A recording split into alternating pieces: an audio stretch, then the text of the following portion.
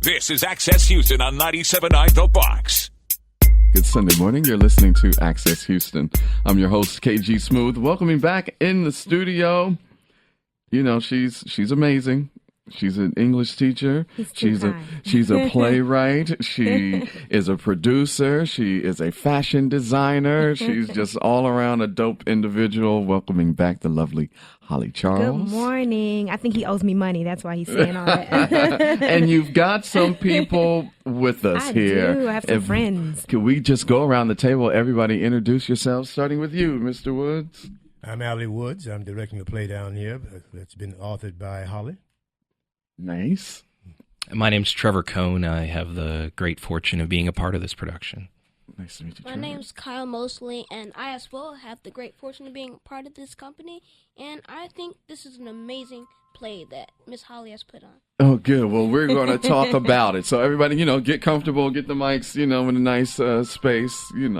I'm not intimidating. We're just going to have the conversation. So, Holly. Yes, sir. In All Thine Getting, the forgotten story of Friedmans Town. When you were here before, yeah, we talked about that. A lot of people listen at different times. So explain the history of Friedmans Town and why you decided to write this play. Okay. Well, first of all, let me say thank you again for always just having this great platform to talk about worthy causes. And the historic district of Friedmans Town is a worthy cause. It is worth preserving. I'm not originally from Texas or from Houston, but when I got here through the Houston Black Leadership Institute, I learned that the largest ex-slave settlement in the entire, United States, like in the entire, country, was in Houston. And that slowly, little by little, it was being taken up. And that historic homesteads were being demolished, and that, the brick streets that were laid by ex-slaves were being, torn apart. And I thought, oh, my God, we have to preserve those things that are worthy, those things that represent change and represent triumph and represent hope. So I decided that I would use the talent that I was given because I didn't have any money in my pocket. Mm-hmm. So I decided, well, you know what I do have is this talent to write. Let's see if we can raise awareness and funds at the same time. And then, a couple years later, In All Thy Getting, the forgotten story of Friedmans Town was born. And now we're less than 2 weeks away, So from the play. Absolutely. Which will be at the Historic Ensemble Theater. Yes. What a collaboration. Yeah. So how has it been, this whole process? It has been trying, but it's a labor of love. I am in Friedmans Town several times a week, and every time I go back, I learn something new that makes me more and more proud of the resourcefulness, the efficiency, and the integrity of Black people in this city. So I'm just amazed every single time. I've not lost any bit of passion throughout this entire, project. So it's been a very exciting thing. What I'm happy about is that we have an opportunity for hundreds of people to come out, June 16th through the 18th. And through those 5 shows, we have an opportunity to raise awareness and for people to say, wow, we've heard the slave narrative, but we never get to hear about this. We never get to hear these stories of triumph. I'm excited about that opportunity. So even with our young thespian here, with little Kyle, the fact that he knows more about Friedmans Town, that he can bring it back to his friends and say, did you know that this is what we did, that we were put in a marsh and we built this amazing town called Friedmans Town. I'm excited about that opportunity. Absolutely. You listen to Access Houston. We're talking to Holly Charles, who is the playwright of the stage play In All Thine Getting, the forgotten story of Friedmans Town, which will be debuting at the Ensemble Theater. Members of the cast and the crew are here this morning on Access Houston. Mr. Woods, can you talk about, were there challenges directing this play to getting it how you felt it should be seen? No, not the only challenge was to keep my my enthusiasm down. Why? Because I'm a former resident, a lifelong Fourth Ward called Freedom Town. In my family, I'm the 3rd generation of the Woods family out there. I told some stories about this last night to some of the people, and I was a friend of mine who's also out there had contacted me about being the director and felt that because I'm based in New York City and have directed at the ensemble, that I was the ideal choice. And I said I came here with a mission.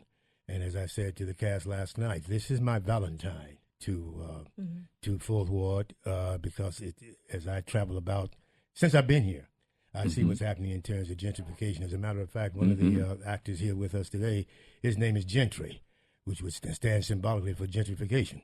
And if you didn't know that, but the challenge is we just simply want to get this out because this is symbolic of black neighborhoods across this country, which are under siege, so to speak. Absolutely. And I'm coming from New York City, and a lot of it not known that Harlem itself, which is perhaps the largest and best known, is itself under siege from gentrification. And to my mind, perhaps by the middle of the next century and so forth, Harlem as we have known it will not exist anymore. And if that happens, then what has happened to lesser black communities? So we're going to put this show on, as I said before, to call attention while we can, while possibly something can be done, and we'll see what happens.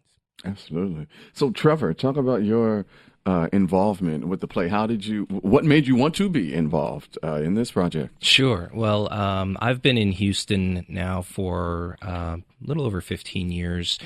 I have a theater background, and it was, just something that I've always loved and something I've always been a part of. And then as, I grew up, life got in the way, and so I had to kind of put everything on hold. And so shortly after arriving in Houston, I started auditioning for local theaters. Eventually, excuse me, I had auditioned at the ensemble a few times, become quite friendly with Allie Morris, the artistic director. And when this project came about, she contacted me and said, I've got a great project I think, you'd really enjoy. I didn't know anything about it, but was excited to be a part of. I think the ensemble does fantastic work and very important work as well. So if it was, something that they were working on, then I wanted to be a part of it. Eventually got a hold of the script, and I think it's fabulous on multiple levels. You mentioned, that Kyle has the opportunity to talk with his friends. I have the opportunity to talk to my friends. And again, being part of this community for 15 years, my knowledge of the history of Friedmans Town is very, very minimal. And I felt that just reading the script, I learned enough that makes me want to personally get involved and explore more, and be a part of it. Absolutely. You're listening to Access Houston. We're talking to the cast and crew of In All Thine Getting, the forgotten story of Friedmans Town. Young Kyle Mosley, the young actor in the building. Talk about your experience with rehearsing and doing this play. Are you excited about the play? Oh, I am definitely excited to be doing this play. I believe that this play showcases Friedmans Town in a way that you wouldn't usually showcase something. It showcases it as a place that's beautiful, a place that's wonderful, that you should always go to. But when you go to it, you see a place and it's broken down. But you have to think about it, what it once was. A place full of hope, dreams, and imagination. Yeah. Wow. Well, he's too much for me. Hold on. Wait a minute. Makes me a little misty-eyed, yeah. I know, right? So, what did you learn that stood out to you when you were, rehearsing for the play or when you read the script? What was it about Friedmans Town that you thought, oh, wow? Well, I first learned about Friedmans Town in November of last year because it was on the news about the bricks in Friedmans Town. They're trying to be destroyed or taken away. Yeah. And that's how I first learned about it. But I didn't do any further research or thinking about it at all. And then while I was on spring break, I got a call. Well, my mom got a call requesting me to be in a play. And I accepted. And my mom told me it was about Friedmans Town. And I remember what I saw on the news in November. And then when I got the script, I read it. And I read it again. My mom made me read it again while I was on break on the weekend. So it really dug in deep, very deep. It shows how this town can flourish from people that thought that they could not flourish at all, that were put into a swampland made this land almost a city better than Houston itself. Come on.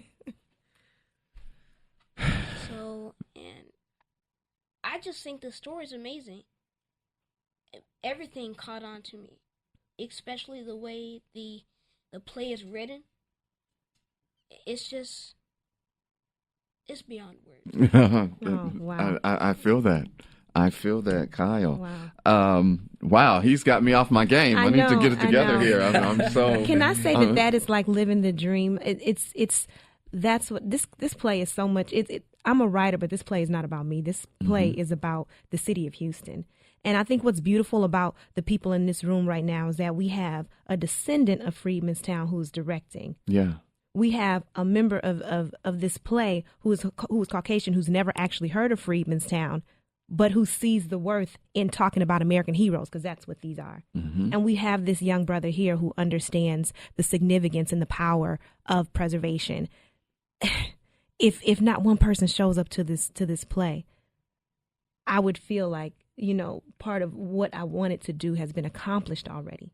It's beautiful to hear these words from everyone and to see everybody on board and to say, we don't have to be, we don't want to cause divisiveness with this play. This is not to antagonize anyone. We're celebrating American heroes. That's what this is. You throw anybody in a swamp with alligators and cholera and malaria and they thrive. And we need to talk about it and be very proud of it. Absolutely. You're listening to Access Houston. We're talking to the cast and crew of In All Thine Getting, the Forgotten Story of Friedmans Town.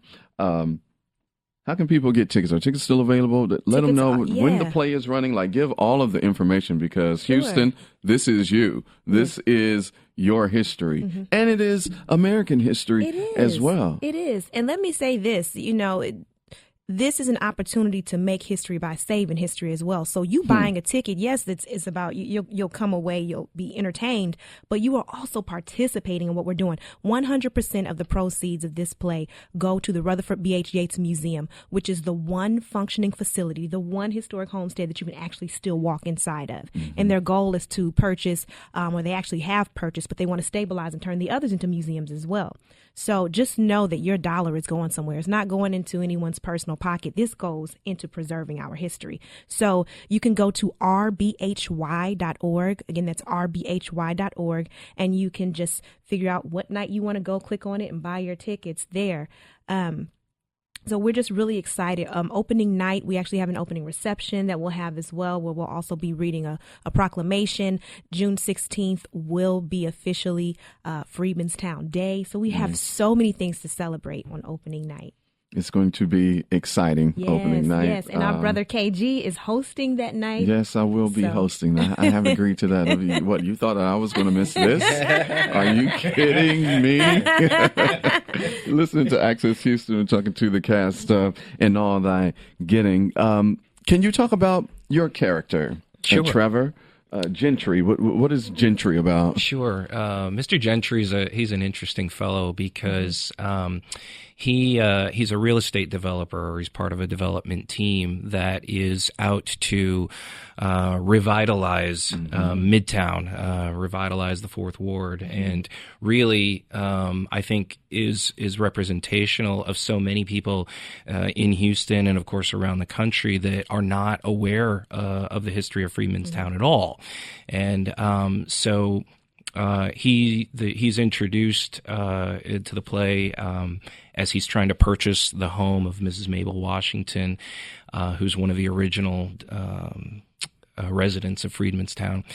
And through that process, I think he comes to learn a little bit. We don't really know what he does with that education eventually, but hopefully he's kind of clued in that maybe progress in air quotes is not everything that it's cracked up to be. And what's interesting about Gentry's character is that he's similar to like you said, he represents everyone in Houston. Lots of people, black or white, don't know about Friedmans Town. So the title of the play, In All Thy Getting, comes from Proverbs 4:7. In all thy getting, the literal gettings of homes and and money and whatever it is that we acquire to call it success. In all thy getting, get an understanding. So even Mr. Gentry, at some point, we do kind of get that feeling that maybe he is starting to get that understanding, but that has to come from people standing firm and saying preservation is worthy. Absolutely. Kyle, your character, Isaiah, is that your character's name? Yes. And tell us about him. Well, Isaiah is the grandson. No, he is the great-grandson. He's the grandson of yeah. Oh, yeah, he is great. He knows better than me. And he first comes in with his father, and he and his sister are hugging his father's legs, saying, "Daddy, Daddy!" And he hands him video games. And he's talking on the phone. He's saying something about getting a new home, a state, not a mansion, in the woodlands. And his kids are totally distracted, so they're not listening to this. But it's showing how he's almost wrapped up in gentrification as well. But my character, he's there to almost create a feeling, I believe. Because although he may seem like a small character, he could be a big character. Wow. Showing how the father is so distracted by he probably doesn't know that he's doing gentrification at the time. But he's gentrifying the area that he's living to live somewhere else with his kids and his wife. Also, his wife is unknowing. But he doesn't even bother to play with his kids or say hi. Because he's so wrapped up in his business dealings and whatnot. Yeah. I cannot wait to see this play. He's going to be the one to watch. Yes, he is. Mom.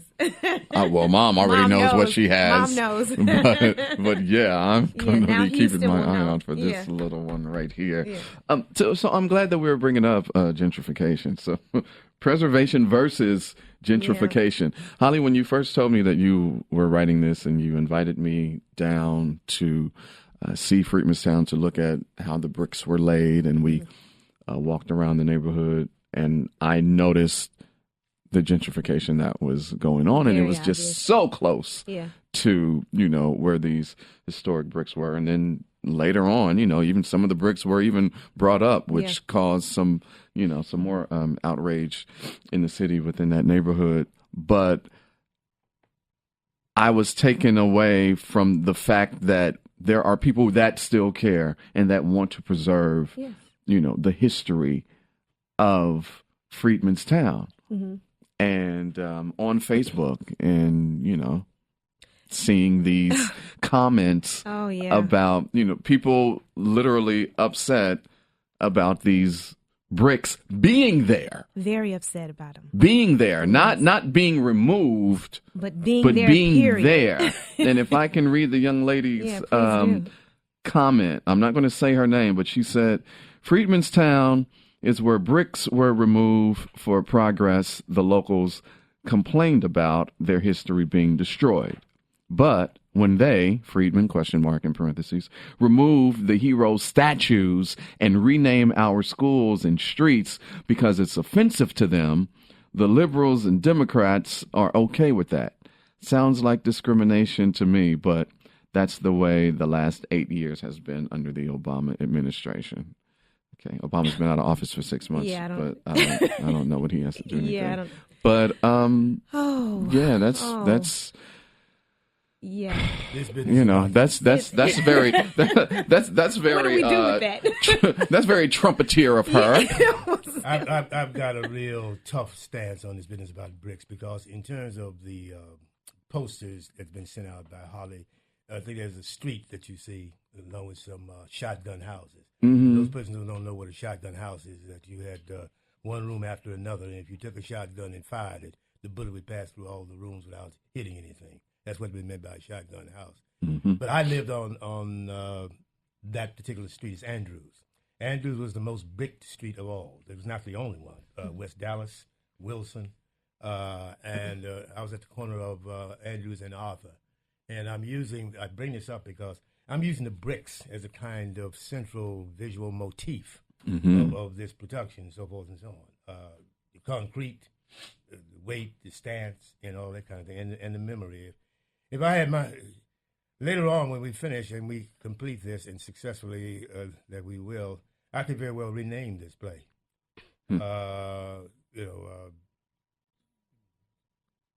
It would be not so much the forgotten story, but the remembered story. There we go. Yes. The victory story, the glory story. Yeah, the glory story. The resurrected story. And so forth and so on. I just want to bring this up in terms of the bricks business. Yeah. We love that. Yeah. We love that. How did you get the funds to do this? Oh Lord, I lost a lot of sleep. Well, you still look great. I can't tell. No bags. Well, you know what? I called on other people. I've been using this analogy quite a bit with people. I say, if you ever driven down the street and you see someone who you want to help and maybe they're sitting out in the heat and they look like they need some water and the sun's beating down on them and you actually have the heart to give and you look into your center console, you have nothing and you kind of feel bad, but you just roll on by because you say, I had nothing to give. But you didn't pay attention to the fact that you had an extra umbrella in the back and a case of water. Mm-hmm. You have to pay attention to what's around you, who's around you, what other resources you have. And no, I didn't have the money to put on the play myself. Did not have it. So I looked at other people who were in the Houston Black Leadership Institute who had other connections. I started crowdfunding. We did art shows. And anything that you could think of. I had my own birthday party. I said, well, hey, if you come here, we'll give, percentage of, it was just, so we just found ways. I think that if you do anything with a sincere heart and you do anything being prayerful, other people should migrate towards that and see what you're trying to do. So I didn't do this on my own. There are so many people before they ever thought about buying a ticket who decided I'm going to give $20, $5, $100. There are people who put money in the pot. So the city of Houston has already responded, and in a bigger way, I want them to respond after they see this play. Yeah. And the reason why I asked that, not to get in your business, trying to be all up in your pocketbook, come on, get in my pocketbook, things like that, but just to acknowledge and to recognize the commitment and the passion that you put into telling this story, because it is a story that needs to be told. And if I could say, there's some people who partnered with me, and this is the beautiful thing. Friedmans Town thrived because of collaboration, because it wasn't about competition. And a lot of times that's our problem now, is that we're too afraid to collaborate with one another because I want my own. We can do good old Willie Lynch theory still prevalent amongst us. Yeah. But, there's this collaborative spirit there, which is why they thrived. And when I reached out, the Greater Houston Black Chamber decided, hey, we're going to host and sponsor and help you sell out tickets for opening night. And then the National Black MBA Association said, hey, we want to do the same thing. We're going to do it for Saturday night. It's a Black Professionals Night. We're going to do an after party, everything we're going to do.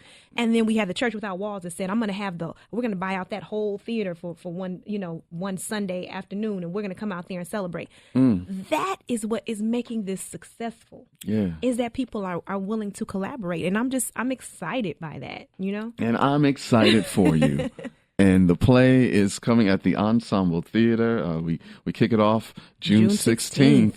Yes. Tell them where they can get tickets, because 97.9 The Box, we're a big sponsor of it. If you go to theboxhouston.com or myhoustonmagic.com, you will see the flyer for In All Thine Getting. So you can click on that and get all the information. But you can also go to rbhy.org. That's rbhy.org. And just scroll on down and click on whatever night you want to go to. We would love to see you there. And I can't wait to see it. I can't wait to see you all, Trevor and Kyle. Can't wait to see the directing styles of you, Mr. Woods. So I'm really excited. I'm so happy for you, Holly, and so proud. I got your back. 150. Yes. 200%. Yes. This brother comes out every single time. He walked through Friedmans Town in the heat and talked to everyone there.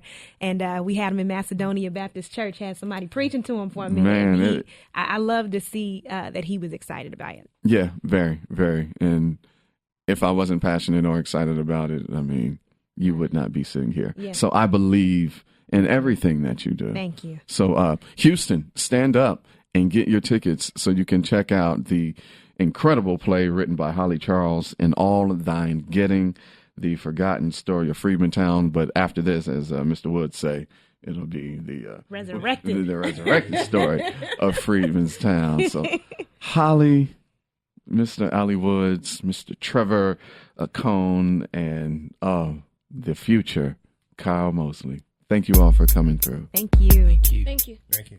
And thank you for listening to Access Houston. We'll be back with more Access Houston on 97.9 The Box.